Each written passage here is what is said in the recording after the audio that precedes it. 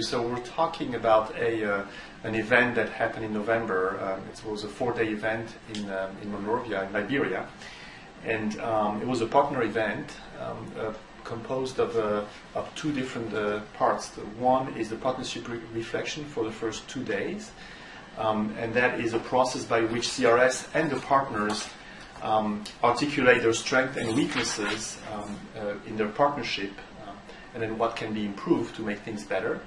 So that was part one, and part two was the institutional strengthening component, which was days 3 and 4, which is which was a presentation of the CRS tools, as well as conduct a HOCAI self-assessment by the partners, and then we ended up developing, or the partners all together ended up developing an action plan from the results of the HOCAI. The Archdiocese of Monrovia was present, the 2 dioceses in Liberia, and we also had the different Caritas organizations in the country. Those were just the church partners that we were targeting for that specific event.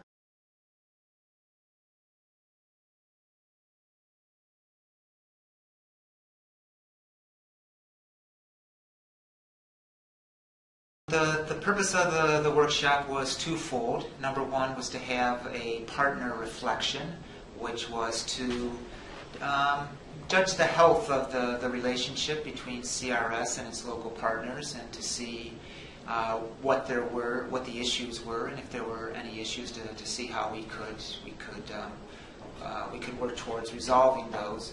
The other part was to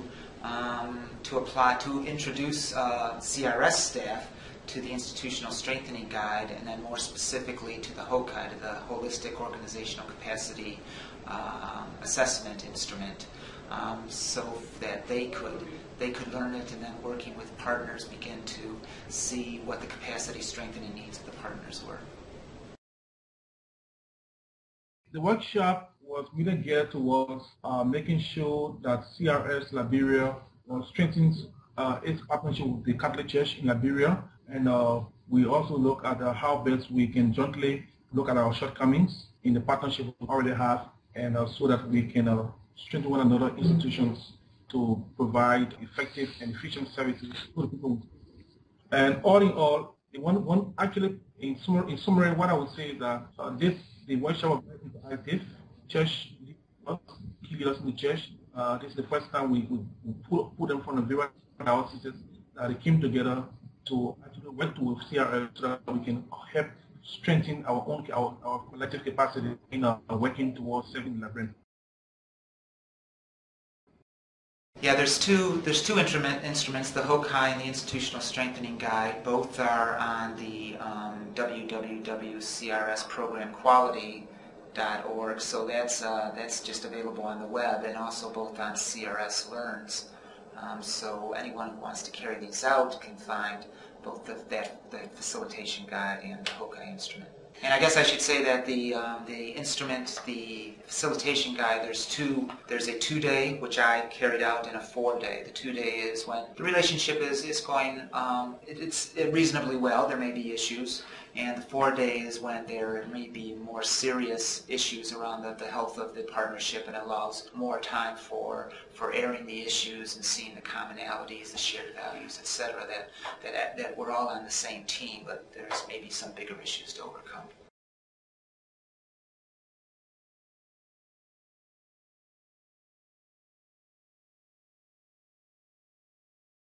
One of the outcomes of the partnership reflection is a clear commitment of all parties to improve communication between CRS and the Church, and we developed specific ideas on how to do that. So there is an action plan that's going to start right away, and that's going to end in 6 months in terms of the action plan, and of course ongoing process. In terms of the last 2 days, one of the results, one of the action items that came out of it was a commitment from CRS to support the Church in their upcoming strategic planning exercise. And so various ideas came about in discussing this, and so how CRS as an organization will support this strategic planning exercise that will start next month. capacity strengthening, we also had a few things coming out of the human resources exercise, sharing tools between the two organizations and help the church improve in that specific area.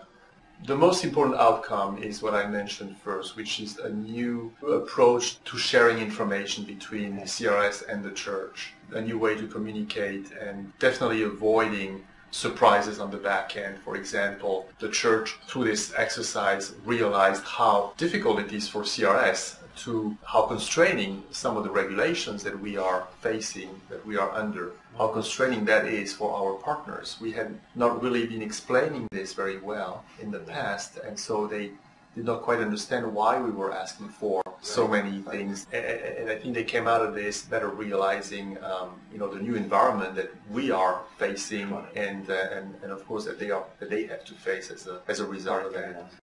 And then all these two tools are part of a bigger umbrella, which is the institutional strengthening tools that we have developed in the agency. So the HOCAI is one of the chapters, one of the modules in this set of tools, and the HOCAI is a holistic way, is a complete way to evaluate strengths and weaknesses, organizational development. So that piece will have to be changed actually. So the HOCAI is a questionnaire that any organization can use to assess themselves, to do like a self-assessment across a variety of components, ranging from finance to procurement to human resources, and starting with governance and strategic planning. And so it's a lot of components that are not necessarily geared towards service delivery, but are geared towards the organizational development. There should be a multiplier effect. Number one, as mentioned, there's these tools online that you can get, so you can look at those. So, I mean, if anyone wants to replicate it in Liberia, they've seen the workshop done once, they can look at the written tools, but really understood how they carried them out in practice. There was a regional representative there. He now has more experience in it, as do I. And then I think a lot of the techniques or just the facilitation skills can be replicated just by having seen them.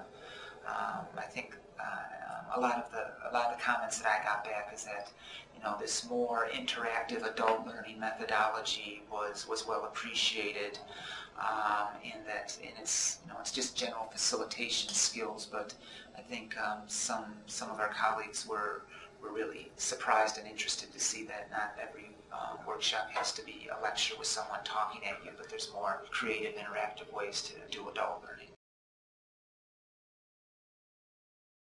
A few things. One, I would say that, as much as possible for country offices to try to maintain the time that has been set aside and planned for. The workshop was actually cut from 5 days to 4 days, which is a 20% decrease. But nonetheless, I think we were able to get the main learnings out, and we were able to create a system where people could come back together to finish it up. But the positive learning was, because the tools are available, again, with just taking these tools and having some facilitation experience, one can adapt it to the time available. Not ideally, but I think understanding the key aspects and how to take some shortcuts can really still make it quite a worthwhile experience. The tool really, a good, well-structured facilitation tool really helps, and it allows you to use your best judgment of where there's flexibility within there to let one session go longer or another session go shorter. I mean, I think sometimes we take for granted that the type of facilitation we do within CRS is the norm, but many of the participants said this was a new way for them to do a workshop, that it wasn't all lecture. They enjoyed the multiple ways of presenting or working, working into small groups, not keeping the small groups the same each time, so people would mix up, get to learn about other colleagues in their organizations. Presentation, report outs, asking questions directly to the presenters, which sometimes within their organizations they hadn't really had that opportunity as much. So I think people found it. Engaging, and the days were long and it was hot, and people get sleepy, but people stayed pretty engaged and did mention that they found the facilitation and the flow of the workshop. We have to prioritize strengthening the institutional, the organization, or do we want to strengthen the service delivery mechanisms? It seems like the service delivery mechanisms will never work if you don't have the foundations. So you need to start with the foundation. Overall, since CIS is also emphasizing on CRS staff capacity strengthening. In terms of how to organize the week, I think it's very important to involve the country program in the planning process of that week. It's a very busy week, 4 days extremely packed, and we could have done even better if we had, even developed very clear objectives within our own team of facilitators to begin with. But I think it's better to have the country program be part of that. Yes, absolutely. So that there is a better ownership in terms of the results that can come out of this, and then sharing facilitation with the country team would be ideal. The second one is it's very important during the partnership reflection to, as much as possible, create an atmosphere of trust. We realized that some of the big things that came up as part of this partnership reflection came up after half a day or beginning of the second half, and they came out because people felt comfortable talking openly about things of the past. And so it's really important, and that's a key to the facilitation process, to really make sure that this atmosphere of trust is well ingrained in the meeting, in spite of the fact that we represent CRS as facilitators, but we really need to be showing as independent facilitators as much as possible, which I think we did a pretty good job. I would think that the other learning is that specifically during that week in Liberia, we've worked quite a bit on the HOCAI. We've asked the participants and the participating partners to go through the self-assessment of the HOCAI. I think it would be best to have that self-assessment done before the event so that we have more time talking about the data analysis and then maybe reflecting on what can be done, and it's having more time for the action items, and as opposed to just like creating the data. It's better to analyze the data that's already been generated.